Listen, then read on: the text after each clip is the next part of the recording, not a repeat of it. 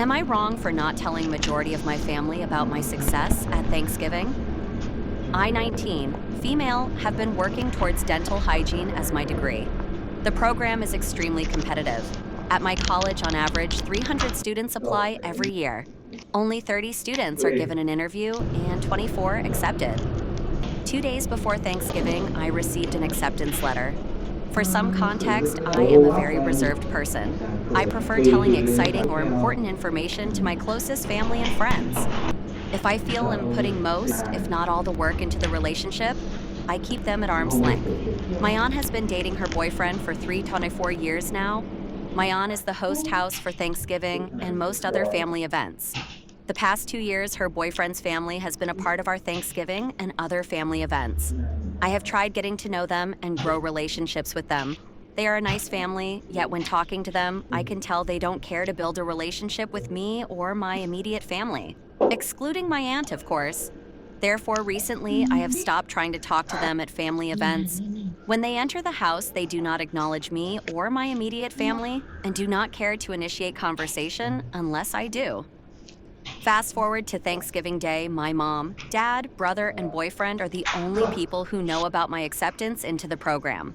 My aunt likes to go around the table and ask everyone what they're thankful for. She started with me, even though I was not at the end of the table. Feeling put on the spot and seeing my aunt's boyfriend's family, I froze up a bit because I did want to tell the news to my family, but not my aunt's boyfriend's family. I thought of something else to say, and we continued around the table. Later that night, before my aunt's boyfriend's family was about to leave, I decided to finally tell my aunt as me and my boyfriend were on our way out too to visit his family for Thanksgiving. She got extremely mad at me that I didn't tell everyone at the table earlier when she asked everyone what they're thankful for. She scolded me a bit about how I should have told everyone earlier. She then announced to the whole house that I had been accepted. People came over to ask Mai about my acceptance, which I did not mind at that point. But it is important to note that my aunt's boyfriend's family did not come over to ask about it, which I felt proved my point that it was not a big deal not telling them in the first place, since they did not care to come over after my aunt announced it to the entire house. I understand it is exciting news and she may have been excited for me, but I didn't want everyone to know. Am I wrong for not telling the entire family about my success?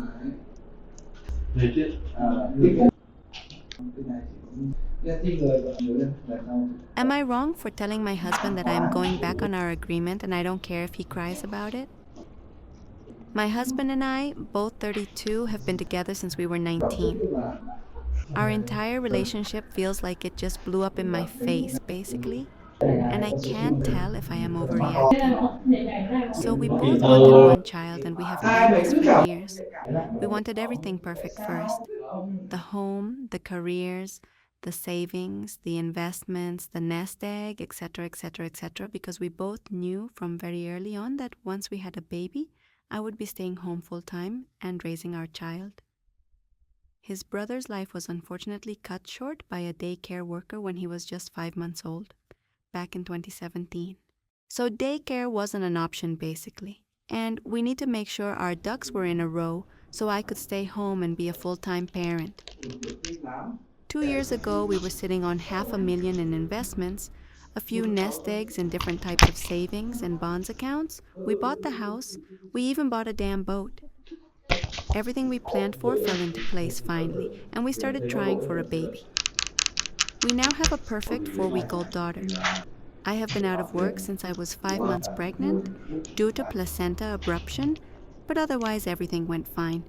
She's perfectly healthy, was a good weight, and I bounced back from the delivery fairly quickly because of how much of a support system my husband was.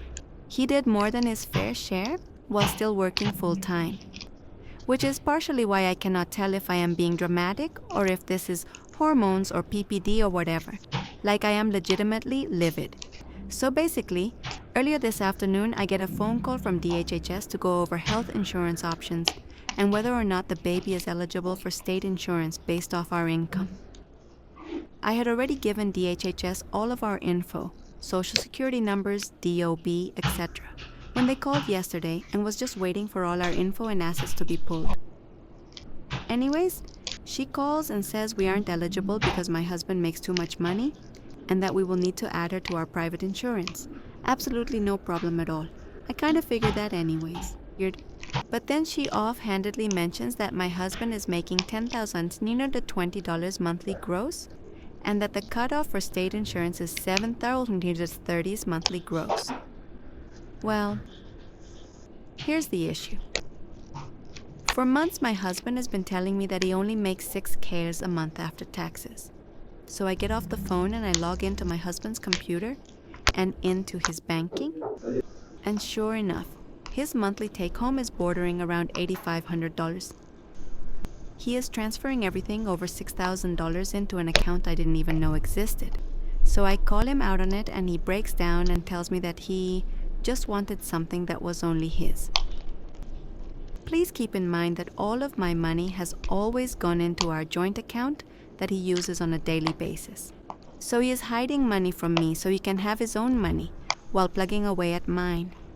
Over $45,000 he has sitting in that account, while telling me last week that we couldn't have steak for dinner because spending $38 on 2 steaks was a waste of money. So I told him I'm putting the baby in daycare and going back to work because obviously I need to safeguard myself if he is hiding away money. Something feels off about it, IDK. He instantly started crying. See above, daycare trauma.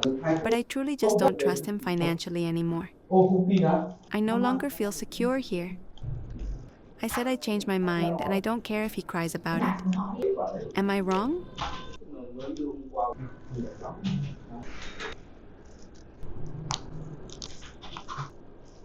Am I wrong for wanting to break up over this? So this is a kind long story, and honestly it's so dumb and I don't even know how we got here. But basically this morning, I, 24 male, was looking at the Cyber Monday deals for gifts this year. And I noticed a nice item that my girlfriend, 25 female, has wanted for a long time, was very on sale, over $150 off. So I told her I would buy it for her because I know she had been asking her parents for it for years, and they haven't gotten it for her, but I just wanted to make sure they didn't decide to actually get it this year. It's a very nice gift, and even though it was on sale, it was still pretty expensive. So anyway, then she starts telling me it's too much money, and that I shouldn't get it, but I can afford it. So I just assured her that it was okay, and if she felt guilty about it, she could also get me a nice gift. Now, just to preface this, we currently live together, and we moved in together about a year ago. We have a joint account that we use for rent and groceries and bills and stuff, but we also each have our own accounts. We have been together for 4 years total. Recently, I have had to loan her a good bit of money because she was broke and had to pay bills for some unforeseen expenses. Her total loan from me was about $8,000, and I have gotten most of it back, but she still owes me about $2,000. Also should mention she makes $2,000 per year more than I do. So, you can understand why this is a little frustrating for me, but I feel like I don't really bring it up a lot. Although I'll admit I did bring it up about once a week, when her total pretty much drained my savings. Anyway, that was just for context. The part that I'm upset about is what happened next. She asked me what I wanted from her, but I didn't have an answer. I don't really ever ask for gifts. My family didn't really do that growing up, because we were pretty poor. I was just happy to get whatever I got. I never really had the opportunity to make a wish list, so asking people for gifts kind of makes me uncomfortable and makes me feel greedy. Additionally, I genuinely don't have any wants or needs. Because I've always been a minimalist person, I don't have a lot because I don't need a lot. And if I want something, I just get it for myself. So, breaking out of this pattern has been tough for me, but I've been getting better. She comes from a family where she could more or less always get whatever she wanted just by asking. So it's definitely taken some time for us to get used to each other's mentality on money. Also, might be worth noting her parents are not in the financial place they used to be. I can see why she finds it frustrating that I won't ask for anything specific, but I also don't see why it's so deep. I've tried to get over this in my head, but I'm not there yet. I have made great progress though. Asking people for things just makes me feel scummy, IDK. But even if that wasn't the case, I still have nothing to ask her for because there's nothing that I really want. She's upset too, because I usually get her really nice gifts because she asks for them, but I don't ask for anything specific. So she usually just gets me something stupid, for example. Last year for her birthday, I took her to the beach for a week, and for mine, she got me a pack of spoons. I wish I was kidding. So I've aired my frustration about this before, because I just feel like it's not fair that I get her nice gifts constantly, while I feel like for me, she just goes to Target the day before and buys the first thing she sees. She says it's not fair of me to say that BC she always asks for specific things, and since I don't ask for things, what is she supposed to do? And my side of it is like, well, you don't have to get me the best thing in the world, but I want it to at least seem like you care enough to try. She then took that as me using it against her and claimed that I'm only getting her nice gifts constantly, while so I can hold it over her head, which I found very offensive because I just wanted to get her to be nice. Plus, she has accused me of this before with the loan I gave her, and we had a very long conversation about how I was really upset she'd think so low of me, and that I was just doing it because I love her, so I thought that we had gotten over that.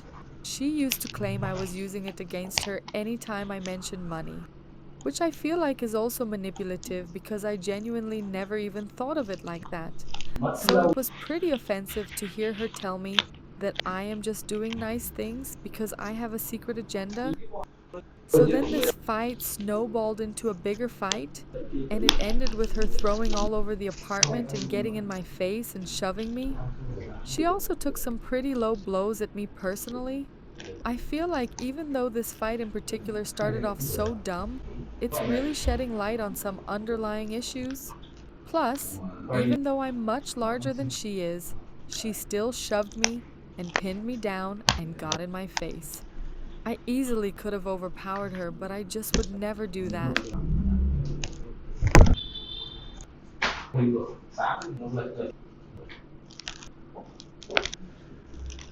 Am I wrong for preventing husband from taking in nephews? My disabled husband's sister was murdered by her kid's father, who then self-deleted, leaving 2 kids with nowhere to go. I have PTSD from severe abuse and neglect that also involved raising my siblings from a young age, so I am child-free by necessity. There were no suitable other relatives, and my husband was only considered suitable because of me. I said no. He threatened divorce. I took him up on it. He backtracked. MIL lost her mind. Everyone is mad. The bad news is that DHR decided my SO's medical situation rules him out as a primary guardian for the kids. He wouldn't be able to adequately care for them during a flare. Same for his mom. They have the same condition. His is worse than hers, but hers is more advanced. The good news is that the social worker talked the paternal relatives into agreeing to a DNA test. They didn't believe that the kids were really murderous AH's bio children, and he and SEL were keeping the situation on the down low because he was married, so they never established legal paternity. DNA was a match, so the grandparents on that side are taking the kids. What that means as far as visitation for my SO and Mill is still being hashed out, but the whole thing has been de-escalated a lot thanks to a really competent case manager. As far as the divorce, I'm going ahead with it and filing this week. He's moved back in with his mom. They're salty about it, but that's to be expected. I still love him and wish him the best, but I'm done. His family is too much drama, and I don't trust him the way that I did before this. Given that we were only married 2 years and the house is mine from before the marriage and protected, it should be a clean break. While I miss him being here, I'm already feeling less stressed with him gone, and I didn't realize that had been creeping up on me for a while. I think I'm done with romantic relationships, at least for a good long while. So I'm going to focus on my career and some fun stuff I haven't had time to do since taking on a caretaker role.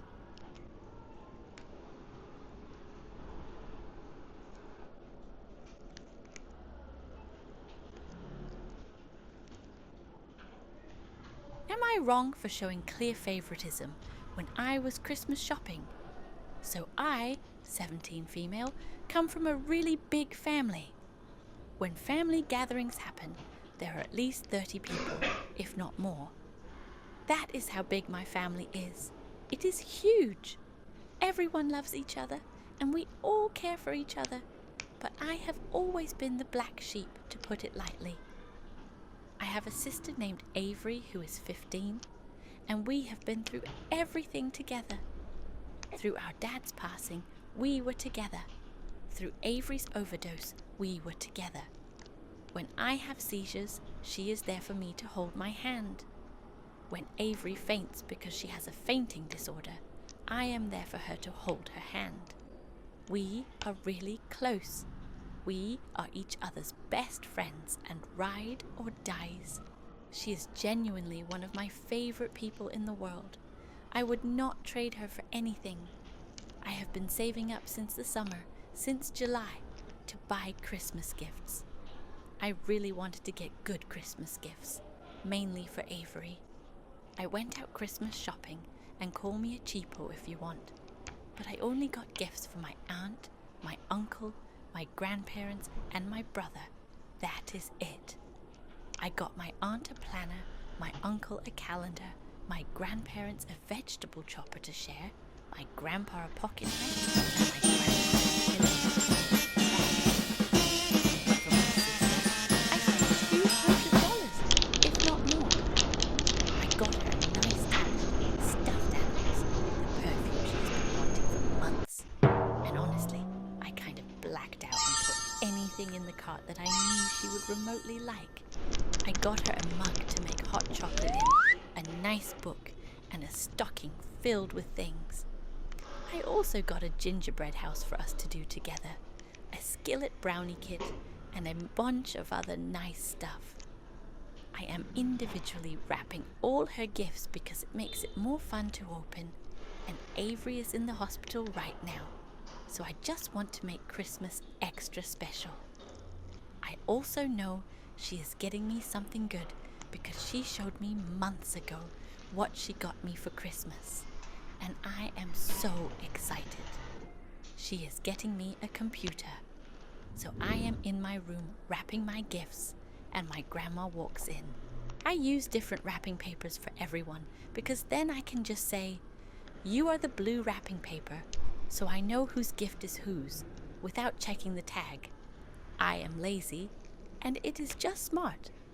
My grandma looked at the gifts and said, "I got Avery too many things, that it is not fair to everyone else, and that when everyone sees Avery got all this stuff while they got nothing or just one thing under $10, they will be upset." And I said, "I do not care. Everyone is going to be upset."